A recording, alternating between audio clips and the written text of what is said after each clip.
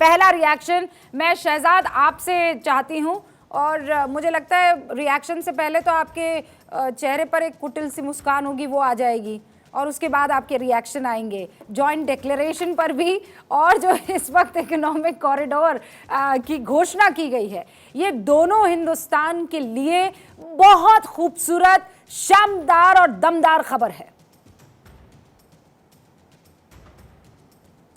देखिए रूबिका जी, आज तो 140 करोड़ लोगों के लिए बड़ी उपलब्धि का दिन है, और मैं तो कहूँगा संपूर्ण मानवता के लिए उपलब्धि का दिवस है।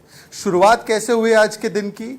अफ्रीकन यूनियन, जिसके 55 देशों को G20 में अधिकृत रूप से परमानेंट पोजीशन देकर जो सबका साथ, सबका विकास, सबका विश्वास और सबका प्रयास का नारा हम लोग देश में तो देखते ही हैं, उसको अंतर्राष्ट्रीय पटल पर लाने का काम प्रधानमंत्री ने किया।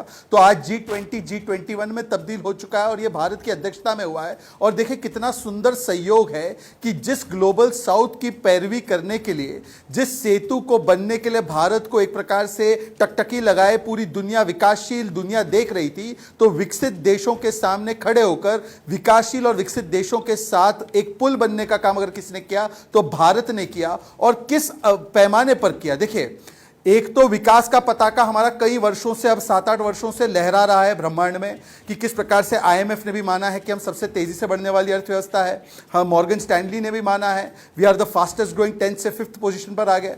फिर हमारा विज्ञान का पताका है, जो अब शिव शक्ति पॉइंट चंद्रमा पर आप देखती हैं, वहां पर भारत का तिरंगा जब लहराता है चंद्रमा की दक्षिणी ध्रुव पर। परंतु आज भारत के विश्वास के पताके की उड़ान देखिए, उड़ान इस प्रकार की कि न केवल जॉइंट स्टेटमेंट आता है, न केवल दिल्ली डिक्लेरेशन आता है, परंतु जॉइंट एक्शन किस प्रकार से होता है।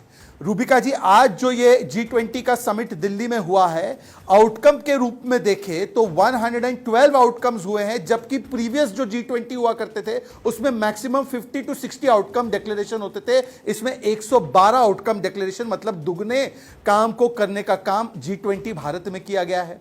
अफ्रीकन यूनियन को जोड़ने का काम किया गया है, जिस प्रकार से ग्लोबल साउथ की कंसर्न्स को आगे रखने का काम किया गया है, और जिस प्रकार से साफ साफ तरीके से अलग अलग मुद्दों पर, चाहे क्लाइमेट चेंज हो जिससे विश्व जूझ रहा है, चाहे वो डेट फाइनेंसिंग हो जिससे विश्व जूझ रहा है, खासकर जो ग्लोबल साउथ के देश है वो जूझ रहे हैं, जिस प्रकार से फाइनेंशियल इश्यूज हो, या जिस प्रकार से दोनों विकसित और विकासशील देशों में जो अनबन बनी रहती है कई मुद्दों को लेकर, उस पर एक मार्ग तैयार करने का पूरा रोड मैप बनाना हो, तो वो भारत ने किया है। अब देखिए, कुछ लोग ऐसे हैं कि वो लोग अच्छी चीजें होती है तब भी काला टीका लगाने का काम करते हैं। मुझे लगता है कम से कम आज के दिन पर 140 करोड़ लोगों को गौरवान्वित महसूस होना चाहिए, पर जो आदत से मजबूर होते हैं उनके लिए तो कुछ नहीं किया जा सकता। उनको तो केवल वन फैमिली देखना है। हम कहते हैं one earth is one family and we have one future. जिनको अपना फ्यूचर और पूरा अर्थ एक फैमिली में दिखता है, वो उस हिसाब से बिहेव कर रहे हैं, जो पूरे ब्रह्मांड को वसुधैव कुटुंबकम की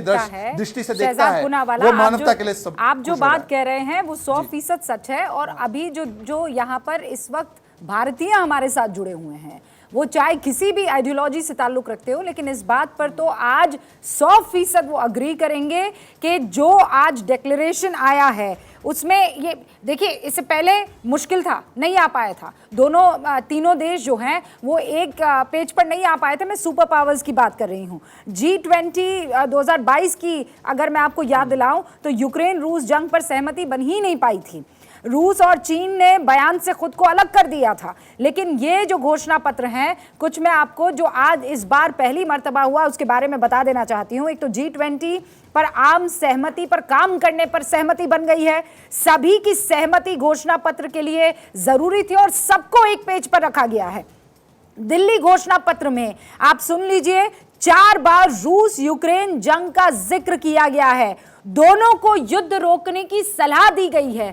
आप ये बताइए कि जो भी मुल्क यहाँ पर मेहमान के तौर पर आया, आप अगर बात करें रशिया की, जो रक्षा मंत्री वहाँ पर पहुँचे हैं लावरेव, और जो विदेश मंत्री भी हैं, वो अगर ये कह देते कि भाई मैं तभी आऊँगा जब आप बिल्कुल यूक्रेन का जिक्र नहीं करेंगे, मैं आ जाऊँगा, या रशिया की तरफ से, अमेरिका की तरफ से, चाइना की तरफ से कोई भी ऐसा अड़ंगा जो है लगाया जा सकता था। लेकिन ये हमारा सक्सेस है कि हमने इन सारे के सारे मसलों पर एक सहमति, एक राय हर देश की लाकर एक पेज पर रख दी है। नई दिल्ली घोषणा पत्र में कुल 37 पेजेस हैं, 83 पैराग्राफ है। यूक्रेन का जिक्र 5 मर्तबा, रूस का 3, युद्ध का 4 और गरीबी का 5 मर्तबा हुआ है।